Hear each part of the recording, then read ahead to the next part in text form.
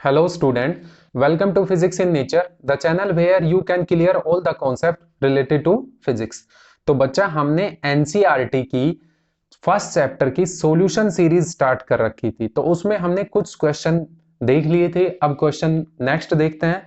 तो question number 22, a uniform charge conducting sphere of 2.4 diameter 2.4 meter diameter has a surface charge density 80.0 microcoulomb पर metre square.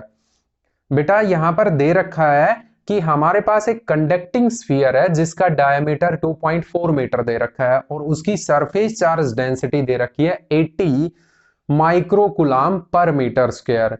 Find the charge on the sphere, हमें sphere पर charge find out करना है। तो देखते हैं।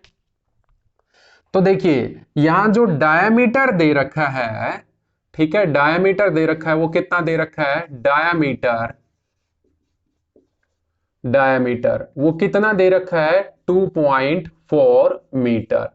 तो रेडियस कितनी हो जाएगी स्फीयर की, जो रेडियस है वो कितनी हो जाएगी, 1.2 मीटर। ये आप सभी को पता है बच्चा। उसके बाद कह रहा है कि हमने सपोज कर लिया कि ये वो स्फीयर है, ठीक है, जिसकी रेडियस 1.2 मीटर दे रखी है। काफी अच्छा बना है ये तो स्फीयर। अब देखिए यहां पर ये वैल्यू दे रखी है, ठीक है। तो इसके सरफेस चार्ज डेंसिटी दे रखी है। क्या दे रखी है बच्चा, surface charge density, surface charge density. तो सरफेस चार्ज डेंसिटी होती है उस पर टोटल चार्ज डिवाइडेड बाय उसका सरफेस एरिया। सपोज कर लेते हैं, कंसिडर कर लिया, मान लेते हैं ये एक स्फीयर है, तो इस स्फीयर का टोटल सरफेस एरिया और टोटल चार्ज, तो टोटल चार्ज को मतलब चार्ज को उसके सरफेस एरिया से क्या कर देंगे, डिवाइड कर देंगे, तो हमें सरफेस चार्ज डेंसिटी मिल जाएगी। और सरफेस चार्ज डेंसिटी को सिग्मा से डिनोट करते हैं। किससे डिनोट करते हैं बच्चा, सिग्मा से। ये सरफेस चार्ज डेंसिटी है।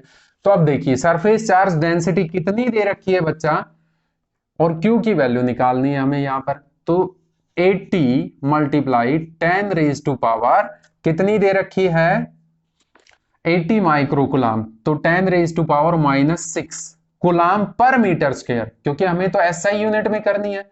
अरे भाई सरफेस चार्ज डेंसिटी 80 माइक्रो कुलाम और पर मीटर स्क्वायर दे रखी है, तो इसको हम एसआई में कन्वर्ट करेंगे तो माइक्रो की जगह क्या लिख दिया, 10 रेज टू पावर -6 बच्चा। अब समझ में आई आपको। उसके बाद Q तो हमें निकालना ही है, और इसका सरफेस एरिया देखिए, स्फीयर का सरफेस एरिया हो जाएगा 4 पाई और इसकी जो रेडियस है उसका स्क्वायर। तो Q की वैल्यू निकालते हैं, तो Q हमारे पास आ जाएगा बच्चा किसके is equal to 80 multiply 10 raise to power -6, और इधर ये आ जाएगा, मैं डायरेक्ट वैल्यू पुट करके ये लिख रहा हूं 4 और पाई की वैल्यू और आर की वैल्यू 1.2 मल्टीप्लाई 1.2। अरे भाई ये जब इधर जाएगा तो मल्टीप्लीकेशन में आ जाएगा, और जब इसको सोल्व करेंगे तो हमारे पास आंसर क्या आ जाएगा, approximate 1.5 multiply 10 raise to power -3 coulomb. तो ये तो चार्ज आ गया बच्चा किसके ऊपर, स्फीयर के ऊपर, ठीक है। उसके बाद ये कह रहा है सेकेंड पार्ट में, what is the total electric flux leaving the surface of the sphere.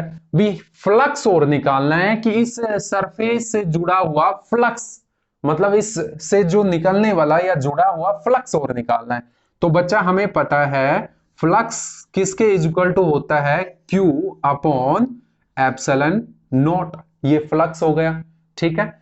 तो अब देखिए यहां पर Q की वैल्यू हमें दे रखी है, Q की वैल्यू पुट कर देते हैं 1.5 इंटू 10 रेज टू पावर -3, और एप्सिलॉन नोट की वैल्यू तो हमें पता ही है कितनी है, एप्सिलॉन नोट की वैल्यू कितनी आ जाएगी, 8.85 इंटू 10 रेज टू पावर -12, और आप इसको क्या कर देंगे, यहां पर काटापीटी मचा देंगे।